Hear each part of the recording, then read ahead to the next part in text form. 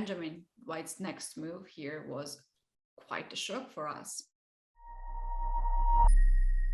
So Anish opened up with 1e4 and Andreikin played pawn c5, knight f3, e6. So they had this in the classical portion already, in which Anish played the move b3. He got a very good position in that game, but in this game he decides to go for the main line. So the move d4, and Andreikin trades, knight takes, knight c6, knight c3, and a6. This is a bit of a sideline of the Taimanov. White trades on c6 and goes bishop to d3. And so white has quite nice and easy development here. However, black has a lot of pawns in the center. So Anish castled, knight f6, and he played the move queen to f3. So once again, white wants to get his pieces out nice and quickly. Yes, this queen f3 looks a little bit artificial move to be in front of the f pawn and to be developed before the bishop and the rooks.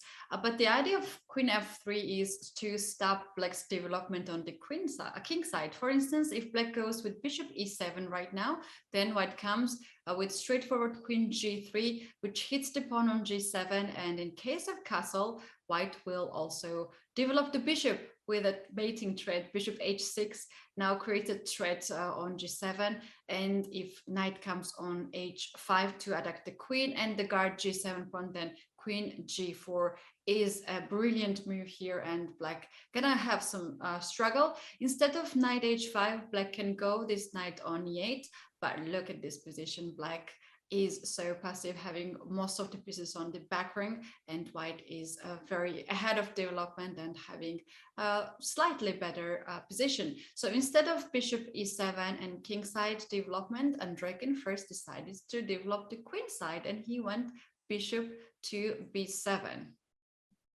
Right, so he played bishop b7. So Anish just played a bit of a waiting game. He played rook to e1, and as soon as Andreikin played bishop b7, now he played queen to g3. Once again, it's pretty annoying for black to deal with this threat towards the pawn on g7. So Andreikin came up with the move h5. Now here, Anish perhaps could have just captured his pawn on g7. We were not quite able to figure out what Andreikin had in mind there, but Anish just played the calm and collected h3, so that if black goes h4, he cannot follow up with h3. So Andreikin played king to f8, defending this pawn on g7. Here, Anish developed with the move bishop to f4, and after h4, he played queen to f3, keeping the queen on an active square. And once again, for Andreikin, it's difficult to come up with a move here. So he played the move king to g8, and for Anish, the position is quite easy to play. He just brought another piece into the game, rook 81, and now Andreikin played knight to h5 to attack the bishop on f4. Yes, white surely doesn't want to give up this bishop and the diagonal of h2 and b8. So Anish withdrew the bishop on h2, kept this bishop, and Andreikin went the bishop d6. Yeah, black's idea here is to trade as much pieces as possible and to get some counterplay out of it.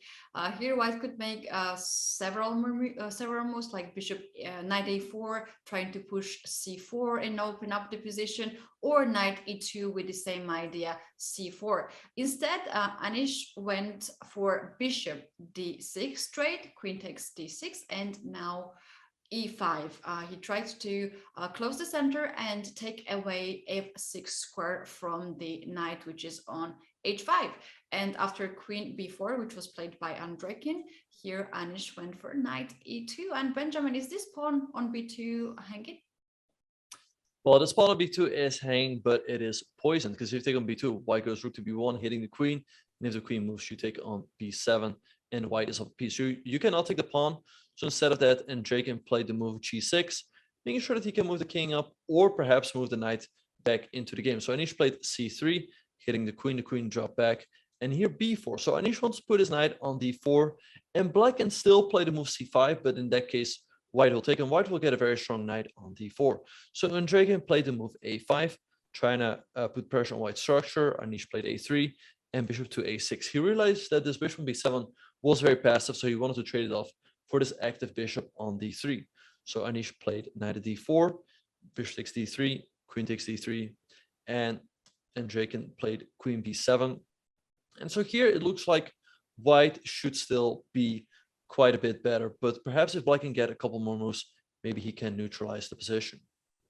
That's right. Here, Anish went for rook b1, which looks very natural move as white is hoping to open up the b file with next move b5 to bring the both rooks on the b file and double these rooks over here. So Andreikin went queen a6, hoped for queen trade to get into the end game where is more safety for black. And here white pushed b5 and forced black to trade these pawns and to get the rook on b5. So here white's idea is to bring another rook on b5, double this rook, and also threaten some sort of checks on b8. Rook b8, as rook can't capture this rook, queen a6 will be hanging. In some positions, there is also knight, queen f3 ideas to attack the pawn on f7 with rook b7. So white has everything you can ask for, and black has really passive pieces. The rooks are not connected as the king is in the middle now,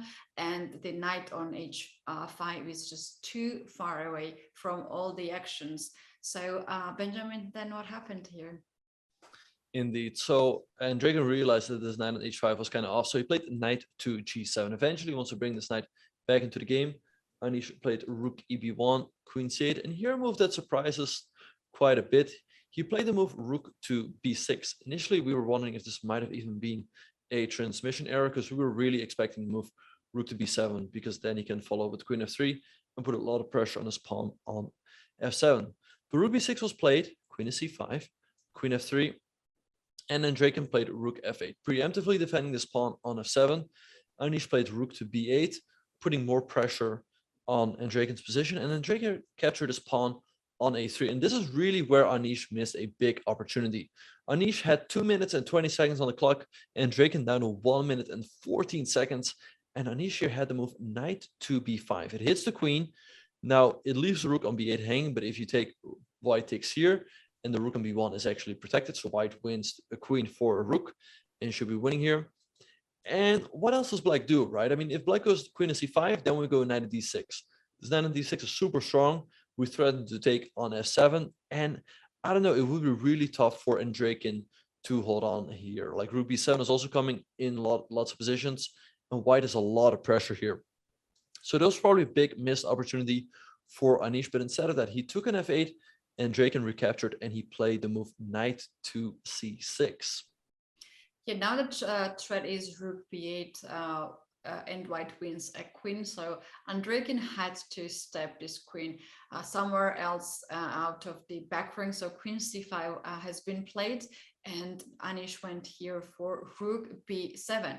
The knight on c6 is sacrificed, but if you take this knight by the queen, then queen f7 comes with a check, and then a checkmate on g7, as black's king is running out of the squares. So this has not been played, and after rook b7 there was only move here knight to f5 to cut the f file from the queen and not allow whites to take the pawn.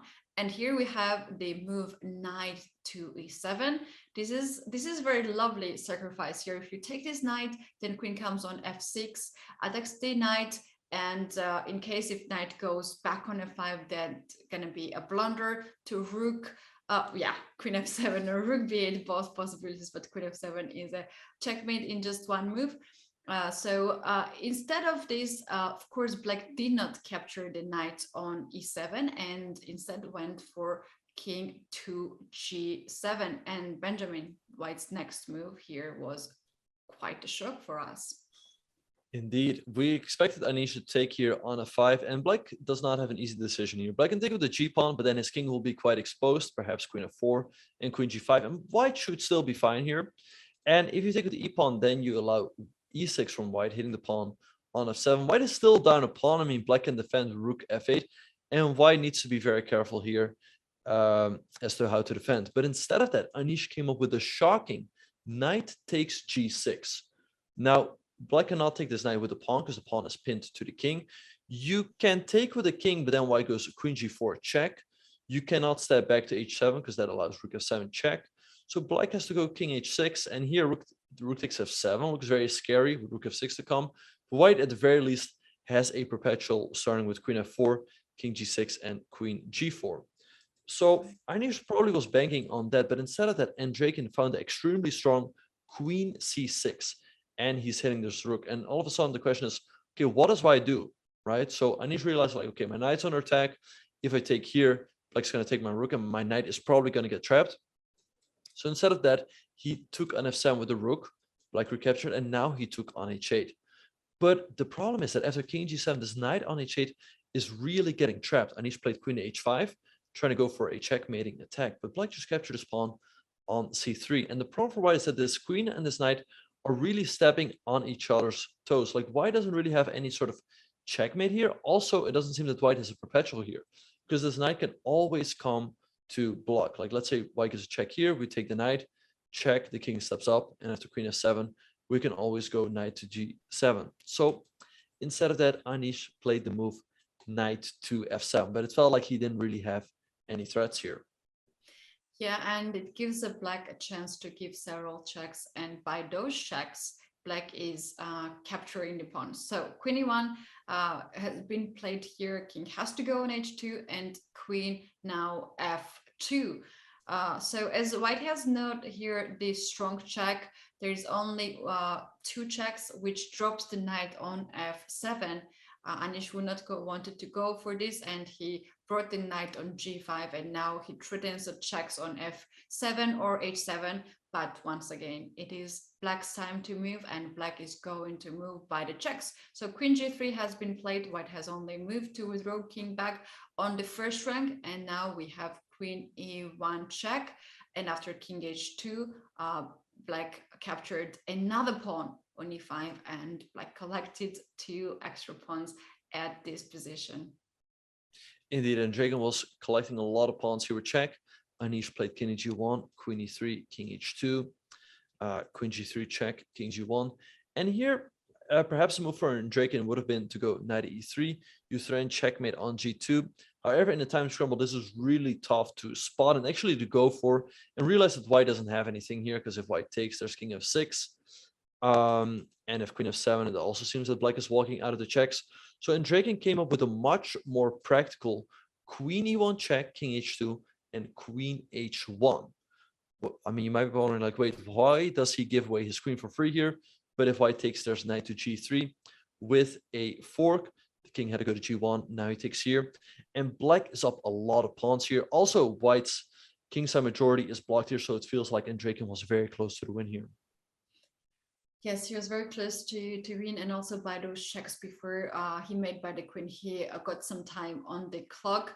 So after Anish captured the pawn on e6, he brought the king on f6 with a tempo here. Knight has to move away, and after knight c5, Andreikin played king e5. So he's activating the king, and he's helping pass pawns on a5 and d5 to be promoted to queen. And the king side here, where white has an extra pawn, is blocked so far. So white decided to bring the king on f2 to try to get this king on f3, g4, and capture the h pawn, and then try to or hope to stop the two pawns with a knight for the moment. But black is not losing time. Black pushed the pawn on d4, and now the threats are something like king d5, king c4, and those two pawns together with the king is simply hard to stop.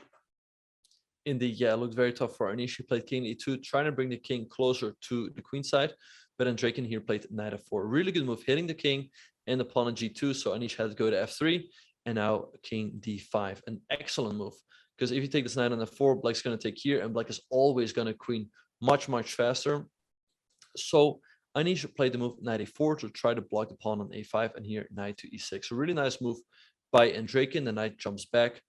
So Anish played g3, Andreikin took, and Anish played h4. So he's trying to create the last chance in the position, trying to create a passed h-pawn, but it feels like it's just not going to be enough. Yes, as black now has three pass pawns, actually black can push those pawns right away, and now black goes with d3. So if the king goes to control the pawn with king e3, then g2 pawn will be pushed, and when king comes back on f2, then another pawn will be pushed. So this is some sort of the maneuvering that black is doing here. And if white still managed to stop those pawns with knight c3, then king comes on c4, and the other pawn also goes to be pushed forward. So instead of this, Anish decided to capture now g3 pawn and kept the less material on the board, but black comes with a very, very powerful idea here to bring the king on c4, to annoy the knight, to kick this knight from a4, and then to push d2 pawn forward to d2, and this pawn will be very close to the promotion square. In the Anish played h5, trying to push the pawn off the board. King b3 by Andreikin, an excellent move. The knight's under attack. And where is it going to go, right? It looks like knight c5 might be a last strike in the position, but after black takes, after h6, the easiest way for win here for black would be to go knight e4 check, and then I can always come back to f6 to stop this h-pawn. So Anish played h6, trying to push his pawn off the board, but Andreikin played a very calm and collected knight f8. Anish played knight c5 check, and Andreikin played king c2. And here became clear, like, there's no way you can stop this pawn. And if you are going to sacrifice your knight for this pawn, then black has another pawn that is just going to push down the board. So Anish played knight e6. Now, if you take this knight, there's still h7, which might be a little bit tricky, but Andreikin just played d2, and Anish resigned. Because if you take the knight on f8, we're just going to queen here. The queen is coming very quickly back to d6, hitting the knight, hitting this pawn over here, and there's just no chance left for white in the position. So Andreikin picks up a huge win with the black pieces against Anish Giri in the second rapid game of the tiebreak and advances to the final. Yeah, what a game. Anish had the advantage at the opening in the middle game, also in the end game, but because of the time trouble, because of the seconds on the clock, he missed the opportunities. He sacrificed the knight wrong way, and Andreikin took an advantage and then played beautifully into the end game. And we saw this game, and this was your rapid recap. So we do have final 2 players out of 16, and those are Richard Rapport and Dmitry Andreikin. Richard is in a very good situation, as we were talking earlier, Benjamin, that he obviously hopes to play against Andreikin rather than Anish Giri, because Anish is a very solid player and he's very strong in classical chess. And what tiebreaks we had here today.